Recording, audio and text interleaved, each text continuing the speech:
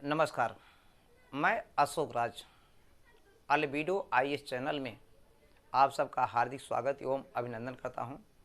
आज हम लोग जो देखेंगे पुस्तक का नाम है ताज उल मासिर। ताज उल मासिर। ये पुस्तक, सवाल ये उठता है, ताज उल मासिर पुस्तक किसने लिखा है, इससे हमको किसके बारे में जानकारी प्राप्त होता है, तो इसके लेखक को जानना है। ये ताज उल मासिर पुस्तक का लेखक कौन है और इसकी भाषा क्या है, किस भाषा में लिखा गया है, और इसके बारे में विभिन्न पहलुओं पर हमको देखना है। तो ताज उल मासिर पुस्तक है, इसका लेखक हसन निजामी हैं और से इनका पूरा नाम सदरुद्दीन मोहम्मद हसन निजामी है, लेकिन हसन निजामी के नाम से ज़्यादा प्रसिद्ध है। हसन निजामी इसके लेखक हैं। सदरुद्दीन मोहम्मद हसन निजामी। इसकी भाषा जो है अरबी भाषा है।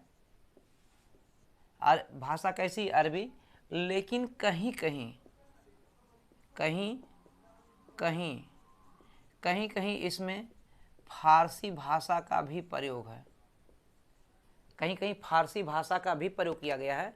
इसका मतलब ये सिद्ध होता है कि अरबी और फारसी इन दोनों का मिश्रण है। दोनों का क्या है? मिश्रण है। अनूठा मिश्रण इसमें दिखाई देता है। तो मुख्य रूप से ये अरबी भाषा में लिखा गया है। ताजुल मासिर हसन निजामी द्वारा लिखा गया है। सदरुद्दीन मोहम्मद हसन निजामी पूरा नाम है। कहीं कहीं फारसी भाषा का भी प्रयोग हुआ है। इस तरीके से ये अरबी और फारसी दोनों का मिश्रण दिखाई देता है। सबसे बड़ी विशेषता इसकी क्या है? ये गद्य और पद्य दोनों में लिखा गया है। गद्य और पद्य दोनों भाषाओं में लिखा गया है। अब सवाल ये उठता है, ये किस शासक के बारे में जानकारी देता? मध्यकालीन इतिहास में किसके बारे में? तो ये अगर देखेंगे मध्यकालीन इतिहास के बारे में जानकारी मिलता है, किस राजा के बारे में जानकारी देता है। तो इसको जानने के लिए सबसे पहले हम जानेंगे ये हसन निजामी कौन थे। ये हसन निजामी कौन थे? Who was Sadruddin Mohammad Hasan Nizami? कहाँ से आए? तो आप देखे होंगे, अगर मध्य इंडिया है, इंडिया देख रहे होंगे, तो इंडिया के अगर और इधर में देखेंगे तो मध्य एशिया का क्षेत्र पड़ता है। मध्य एशिया में खुरासान एक जगह है। खुरासान, मध्य एशिया में खुरासान में निसापुर का रहने वाला ये व्यक्ति है। ये कहाँ के हैं? खुरासान या खुरासान के निसापुर क्षेत्र के रहने वाले हैं। खुरासान के निसापुर क्षेत्र के रहने वाले हैं। यहाँ पर क्या है? मंगोलों का आक्रमण होता था। मंगोल एक बर्बर जनजाति थी, बर्बर कबीला था। बर्बर मतलब काफ़ी ज़्यादा लड़ाकू, असभ्य, जाहिल कह सकते हैं। तो मंगोलों का आक्रमण होता था। यहाँ पर मंगोलों के आक्रमण के डर से ए सदरुद्दीन हसन निजामी साहब अपना निसापुर गांव छोड़कर, अपना निसापुर जो खुरासान का क्षेत्र निसापुर है उसको छोड़कर इंडिया में भाग आए, भारत में। उस समय अभी भारत में मुस्लिम सत्ता स्थापित हुआ था। मुस्लिम सत्ता में जिसमें हम लोग दिल्ली सल्तनत देखते हैं, दिल्ली सल्तनत का सबसे पहला अगर शासक कोई है तो कुतुबुद्दीन ऐबक है। तो कुतुबुद्दीन ऐबक के दरबार में ये आ जाते हैं दिल्ली में। ये दिल्ली है, दिल्ली सल्तनत। कौन है यहाँ पर?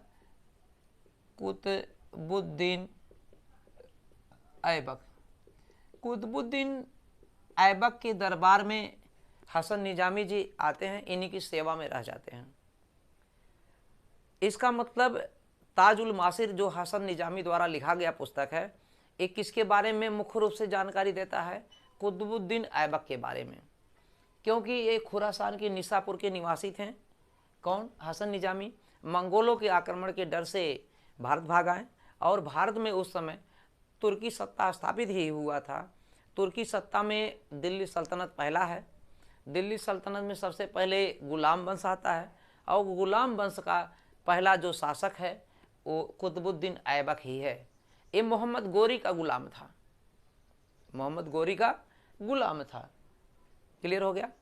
तो इसका मतलब इस पुस्तक में, ताजुल मासिर पुस्तक में कुछ मोहम्मद गोरी का भी उल्लेख मिलता है, कुछ मोहम्मद गोरी का भी उल्लेख मिलेगा, लेकिन ज़्यादा से ज़्यादा कुतुबुद्दीन ऐबक के बारे में जानकारी मिलता है, क्योंकि कुतुबुद्दीन ऐबक के आज्ञा के अनुसार ही, कुतुबुद्दीन ऐबक के कहने पर ही हसन निजामी ने ताज उल मासिर पुस्तक को लिखा था। इसका मतलब ये सिद्ध हुआ कुतुबुद्दीन ऐबक के प्रशंसा का इसमें उल्लेख किया गया। हालांकि ये ऐसा पुस्तक है मध्यकालीन इतिहास के ऐतिहासिक घटनाओं को जानने में ये एक महत्वपूर्ण उपयोगी सिद्ध होता है। और इस पुस्तक में अगर बात करेंगे 1191 से लेकर 1217 ईस्वी तक का इतिहास हमें पता चलता है। कहाँ से लेकर? 1191 से लेकर 1217 ईस्वी। 1191 का मतलब क्या है? यानी कि मोहम्मद गोरी, तराइन का पहला युद्ध पृथ्वीराज चौहान से शुरू होता है। तो मोहम्मद गोरी का ही गुलाम था कुतुबुद्दीन ऐबक। कुतुबुद्दीन ऐबक के कहने पर ही है। इसका मतलब कुतुबुद्दीन ऐबक के बारे में ज़्यादा जानकारी है। कुछ जानकारी मोहम्मद गोरी के बारे में जानकारी मिलता है। हालांकि ये पुस्तक पूर्ण नहीं हुआ था कुतुबुद्दीन ऐबक के समय। कुतुबुद्दीन ऐबक के समय तक ताजुल मासिर पूरा नहीं लिखा गया था।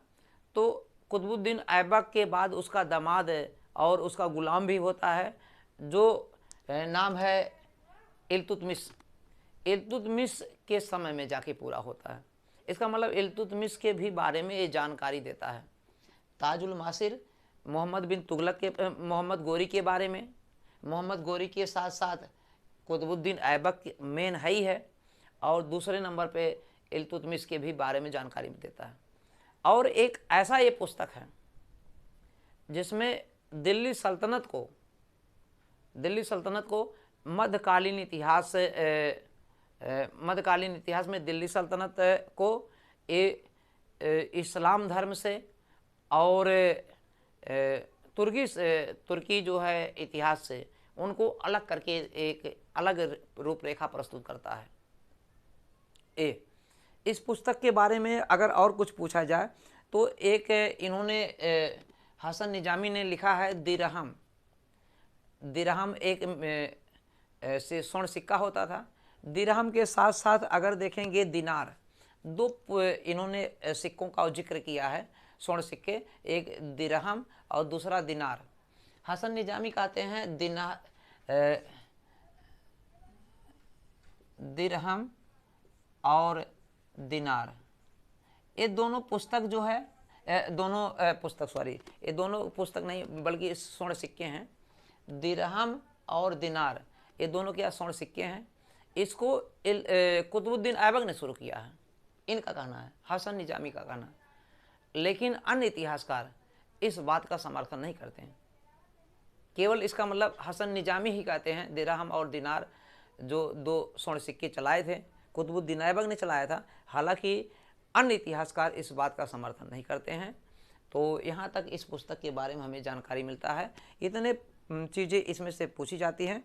और इसका अगर बात करेंगे इलियट, हेनरी इलियट और डाउमियर नहीं, हेनरी इलियट हैं। और साथ में हेनरी इलियट के साथ साथ अगर देखेंगे एक दो लोग और हैं, डाउसन, हेनरी इलियट और डाउसन ने भी इसका अंग्रेजी में अनुवाद किया है। तो इतना इम्पॉर्टेंट है, नोट कर लीजिएगा। वीडियो को लाइक करिएगा, चैनल को सब्सक्राइब करिए, ज़्यादा से ज़्यादा मित्रों में शेयर करिएगा। कहीं कोई समस्या है तो कॉन्टैक्ट कर सकते हैं 630 76 11 301 पर, या व्हाट्सअप कर सकते हैं या जो है मैसेज कर सकते हैं। धन्यवाद।